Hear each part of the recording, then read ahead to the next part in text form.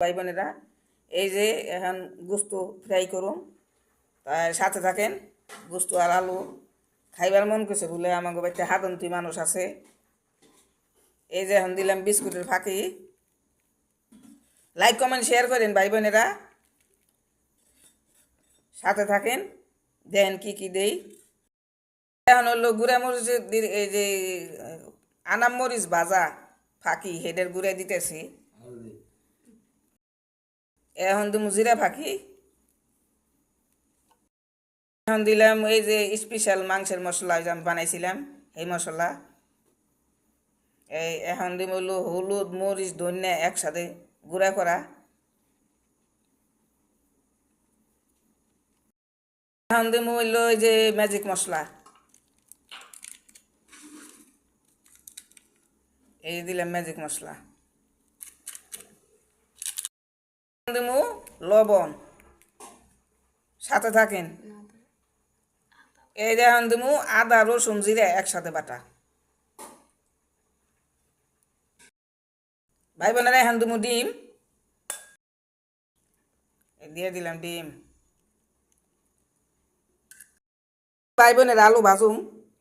এই দেখেন এগুলো আলু হালকা একটু সিদ্ধ করছে, আমি সিদ্ধ না করছিলাম, তারপরে করছে, ঠিক আছে। তাই এখন একটু জোড়াই, তারপরে মশলা দিয়ে মাখাইতেছি, সাথে থাকে। এখন 2-3টে আটা দিলাম, একবারে 2-3টে বাস। এই যে এখন মাখুম ভাই বোনেরা, দেখেন আপনারা সব মশলা দিয়ে যখন মাখতাছি।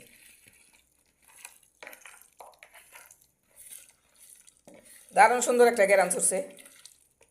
আমি মনে করেন অল্প করে বাজুম, আমার বাড়িতে খাওয়ার মানুষ নেই। তা ঠিক আছে, সাথে থাকেন, আবার বাইজে আবার ফিরে আসতেছি। যে তেল দিছি, তেল গরম হয়েছে। এই যে কম আগুনে ভাজতে হইব, বেশি আগুনে ভাজন যাব না, হালকা আগুনে লাল টকটকে করে ভাজবো, ভাজাইব, ভিতরেও ভাজাইব, উপরে পুরবো না। আর যদি বেশি আগুন বাড়াই দিলে না, উপরে পুড়ে যাবো, নিচে কাঁচা আর রয়ে যাবো ভিতরে। ঠিক আছে, তা বাইজে আবার ফিরে আসতেছি। এখন উল্টাই দিতেছি, সাথে থাকেন। 10 মিনিট তো নাকবই, অপেক্ষা করুন।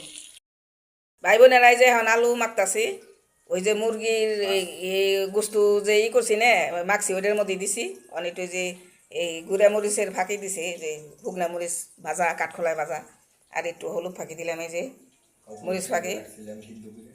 আর কতক্ষণ ফ্রিজে রাখছিলাম,